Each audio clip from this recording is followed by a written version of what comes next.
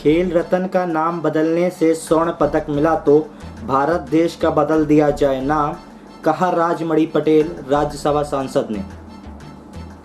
आपको बता दें कि रीवा में आज कांग्रेस पार्टी के राज्यसभा सांसद राजमणि पटेल के द्वारा पत्रकार वार्ता का आयोजन किया गया था, जिसमें उन्होंने केंद्र सरकार पर निशाना साधते हुए कांग्रेस पार्टी का पक्ष रखा। इस दौरान पत्रकारों के द्वारा खेल रत्न पुरस्कार पर पूछे गए सवाल पर सांसद ने कहा कि अगर नाम बदले जाने से स्वर्ण पदक की प्राप्ति हुई तो भारत देश का नाम बदलकर अमेरिका रख दिया जाए, जिससे भारत में भी राम राज्य वापस आ जाए। वहीं सांसद ने कहा कि भाजपा सरकार समूचे देश में गोडसे विचारधारा को स्थापित करना चाहती है। केंद्र सरकार के द्वारा 2 दिनों पूर्व ही राजीव गांधी खेल रत्न पुरस्कार का नाम बदलकर मेजर ध्यानचंद खेल रत्न पुरस्कार किया गया था, जिसके अगले ही दिन टोक्यो ओलंपिक में भाला फेंक प्रतियोगिता में भारत देश का नेतृत्व करने वाले नीरज चोपड़ा ने स्वर्ण पदक हासिल किया। जिसके बाद सोशल मीडिया सहित राजनीतिक गलियारों में चर्चाएं होने लगी कि नाम बदलने के तुरंत बाद ही स्वर्ण पुरस्कार मिलना अचरज का विषय है, जिस पर अब कांग्रेस पार्टी की ओर से अलग ही पक्ष सामने आ रहे हैं।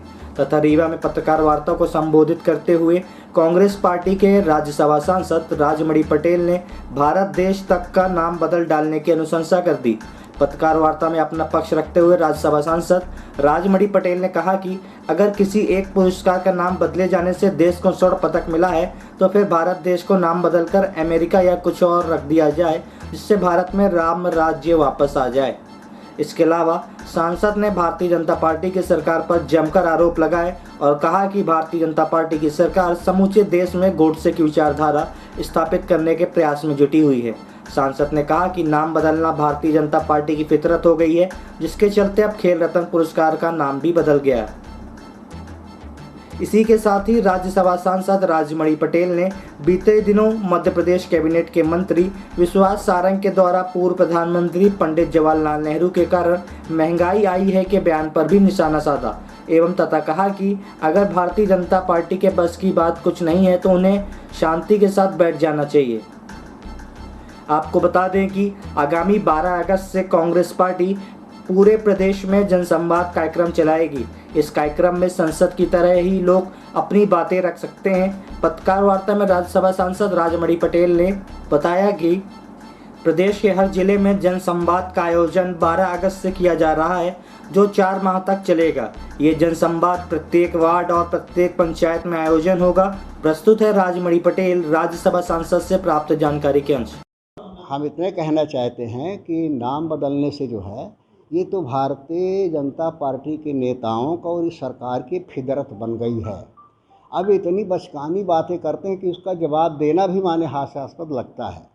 अब ये कहते महंगाई बढ़ गई है, ये नेहरू जी ने भाषण दिया था, एक योजना बनाई थी, उसके कारण महंगाई बढ़ रही। अब क्या कहोगे? तो इसका मतलब आप निकम्मे हो। अगर नेहरू के कारण महंगाई बढ़ रही आप रोक नहीं सकते हो तो जनता के बीच में काहे के लिए गए थे? किस हैसियत से जनता से कहा था कि हमको वोट दो, हम देश को दिशा देंगे? जवाब दे ही नहीं सकते। सारी चुनौती कांग्रेस की दी हुई है, कठिनाई कांग्रेस की दी हुई है, तो फिर आपकी क्या ज़रूरत है?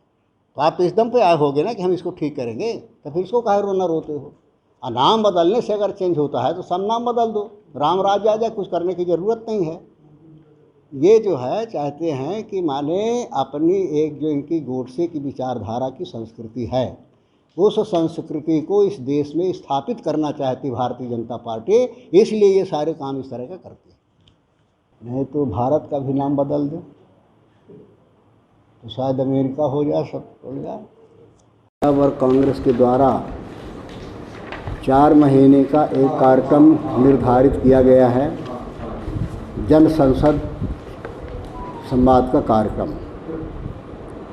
और जन संसद का मकसद यही था कि आज जो हमारे संसद का स्वरूप हो गया है, जो संवैधानिक तरीके से प्रजातांत्रिक व्यवस्थाओं के आधार पर